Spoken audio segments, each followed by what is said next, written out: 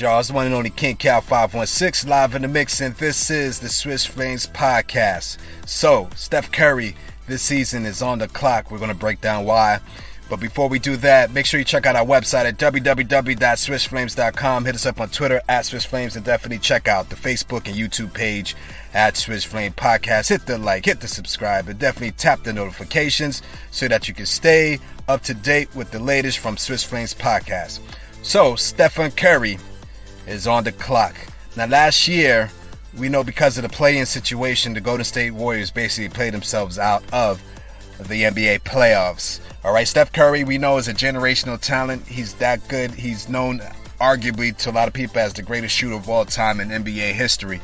But one of the stains in his career has been in the crucial moments. He has not always proven to be the ultimate clutch guy. And so that's been a little stain on his career. The first championship that the Golden State Warriors won against the Cleveland Cavaliers, remember, Andre Iguodala ended up being the finals MVP, right? And this is after Steph Curry won 2 MVPs in the regular season. Andre Iguodala ends up being the finals MVP. And then we fast forward the 2 seasons after they lost the championship to Cleveland when they went and got Kevin Durant. Kevin Durant became the finals MVP those 2 seasons. And we also remember one of those years where it looked like Kevin Durant was deferring a little bit of Steph Curry so he can go out and get his finals MVP. And it got to the point in the huddle where Steve Kerr had to look Kevin Durant and basically tell him, take over, because it wasn't working with Steph. And so this is not to say, once again, that Steph Curry isn't a great player, because he is. He's a phenomenal player. He's a great shooter. But this is his time now. You know, I always said once Kevin Durant left, you know, you had a lot of the role players, the key bench people.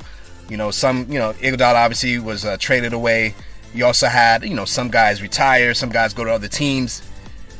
Since KD left, their bench hasn't been in the best position. But I think this is the first season since KD's left that their bench is, they got a pretty solid bench again. So they got the nice role players. We know Klay Thompson also, his partner in crime. He's coming back this season, probably by Christmas the latest. And so that's going to be a big deal because his partner crime is going to be with him. And we know when those 2 guys are on the court together, the spacing, the unbelievable spacing that's going to provide. And then it's just going to move everybody down the totem pole as far as pecking order is concerned.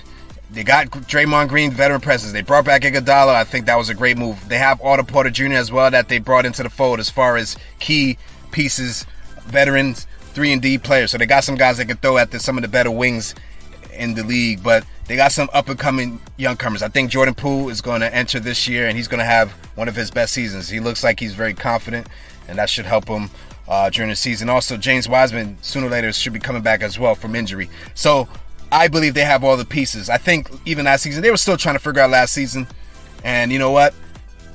They didn't make the playoffs, but this year there's no excuse. With or without Klay Thompson in the fold, the Golden State Warriors, to me, should be making the playoffs. And so if Steph Curry ends up not getting in the playoffs this season again, I think that's going to be a little stain on his career. You know what I mean? And so in order for him to avoid that, he's got to get the job done. You know, he put up great numbers, but it's not always about just putting up great numbers. It's how you're going to lift up the guys around you. How do you make the guys around you better? And to me, Steph Curry, he could go on the same rampage tear he went last season, but if he can find a way to elevate these guys, some of these guys as well, like I said, who have matured and are more ready to step in and contribute on a high level, take their position and do what they're supposed to do, man, there's definitely no excuses for the Golden State Warriors this season. They should be a playoff team. And let me tell you something, we had a previous podcast post, and I definitely have declared Golden State Warriors as a dark horse team this year because not a lot of people are saying they're contenders, but the reality is if Klay Thompson does come back healthy and they're hitting on all cylinders because of the kind of shooting they can put up, they'll be a real threat to any team out there in the Western Conference.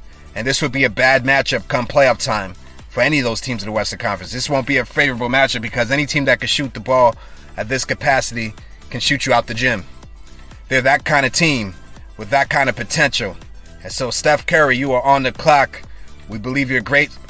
So we're hoping that you're going to show us how great you are this season and show people that you are Mr. Clutch. So we'll see about that if Steph Curry is going to do what he's got to do. this season in order to propel the Golden State Warriors into the playoffs. Let me know what you guys think about this video. Hit the like, hit the subscribe. We definitely appreciate your support.